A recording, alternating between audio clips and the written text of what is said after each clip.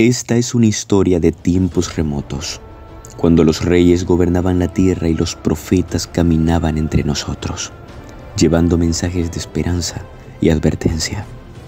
Esta es la historia del profeta cuyo nombre significa El Señor es Dios. En un tiempo turbulento, cuando el mundo aún no había conocido a los poderosos imperios de Asiria, Babilonia y Persia, en lugar de estos reinos había caos, desorden, destrucción, y las palabras de los profetas Oseas y Amós aún resonaban en los corazones del pueblo. En el antiguo reino de Judá vivía un hombre llamado Joel, hijo de Petuel. Joel era un hombre sencillo, pero con una fe profunda y un corazón sensible a la voz de Dios. Aún así, Joel no era un sacerdote ni un líder prominente. No tenía títulos ni riquezas.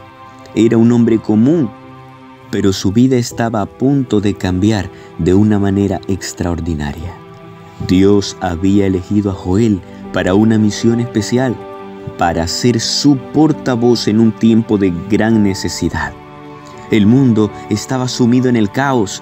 Tiro, Sidón y Filistea, enemigos implacables, llevaban a cabo incursiones militares trayendo muerte y destrucción a la tierra de Israel. Pero la verdadera raíz del problema no eran estos enemigos externos. El verdadero enemigo estaba mucho más cerca. Estaba dentro del pueblo de Dios. Israel en ese tiempo se había apartado del camino del Señor. La gente se había vuelto hacia la idolatría, la injusticia y la corrupción. Los corazones de los israelitas estaban llenos de orgullo y autosuficiencia. La gente bebía y hacía fiestas. Vivían sirviendo a los dioses del placer y la codicia. Los corazones de los hombres y mujeres se habían endurecido. Se habían vuelto indiferentes a las enseñanzas de Dios. Habían olvidado los mandamientos y el pacto que habían hecho con el Señor. La opresión de los pobres, la corrupción de los líderes y el culto a falsos dioses eran síntomas de un problema más profundo y mortal: el alejamiento de Dios. Joel observaba con dolor cómo su pueblo se alejaba cada vez más de los caminos rectos.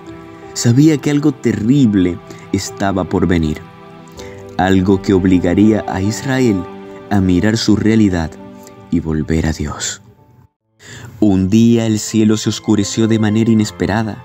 El sol que normalmente brillaba en lo alto quedó cubierto por una nube densa y negra. La gente miraba el cielo con terror, sin saber lo que estaba por venir. De repente, un rugido ensordecedor llenó el aire. No era el sonido de una tormenta, sino algo mucho más aterrador. Una inmensa plaga de langostas, miles y miles, invadieron los campos, devorando todo a su paso. El trigo, la cebada, las vides, los olivos, nada se salvó. La tierra quedó completamente desolada y la desesperación se apoderó del pueblo. No había comida, no había esperanza. El impacto fue devastador, no solamente a nivel físico, sino también espiritual. Era como si la propia naturaleza reflejara el estado espiritual del pueblo de Israel. Como si eso no fuera suficiente, una terrible sequía golpeó la región. Los campos se marchitaron bajo el sol abrasador. Los ríos se secaron y el hambre se extendió como una sombra sobre el reino del sur. En medio de esta catástrofe, Joel sintió la presencia de Dios más fuerte que nunca. Una voz del cielo le habló, revelándole el propósito de la plaga. No era solo un castigo, sino una última oportunidad de salvación. El Señor encomendó una tarea de vida o muerte a Joel, diciéndole que debía llevar un mensaje al pueblo. Joel no dudó ni por un segundo.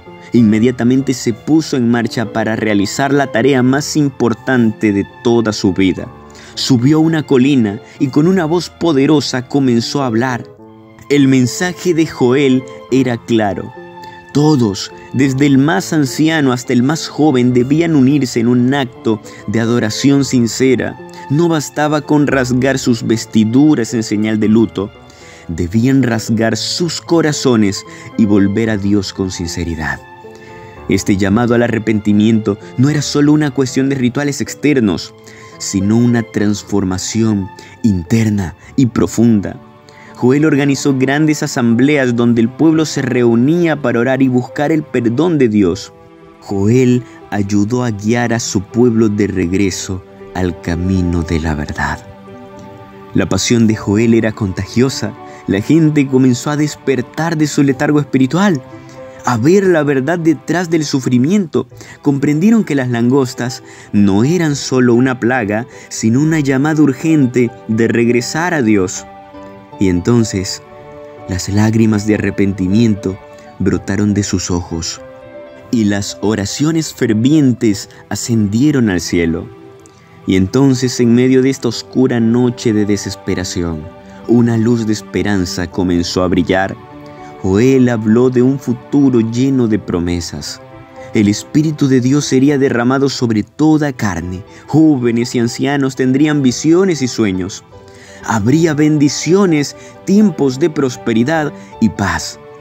Las palabras de Joel resonaron con la promesa de que, aunque el juicio vendría, la misericordia y el amor de Dios serían aún mayores.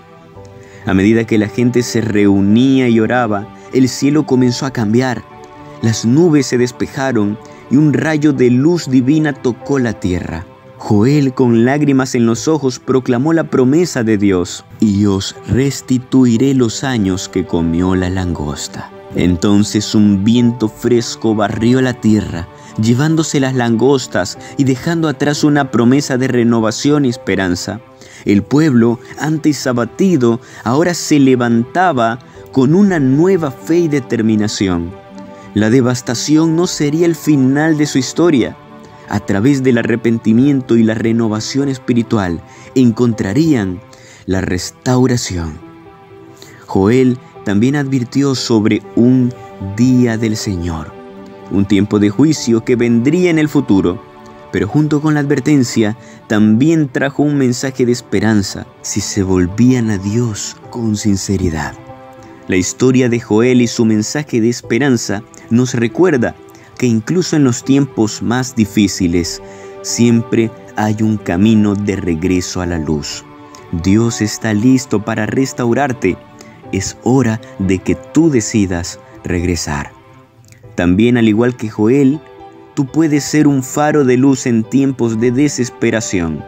Tú también puedes ser una luz para con otros que están en medio de las crisis actuales. El arrepentimiento y la fe pueden traer esperanza, incluso en los momentos más oscuros. Tu opinión es muy importante para nosotros para determinar si debemos continuar con más proyectos como este, y también sobre qué historias bíblicas te gustaría ver también. Escríbenos en los comentarios y no olvides compartir. Dios te bendiga.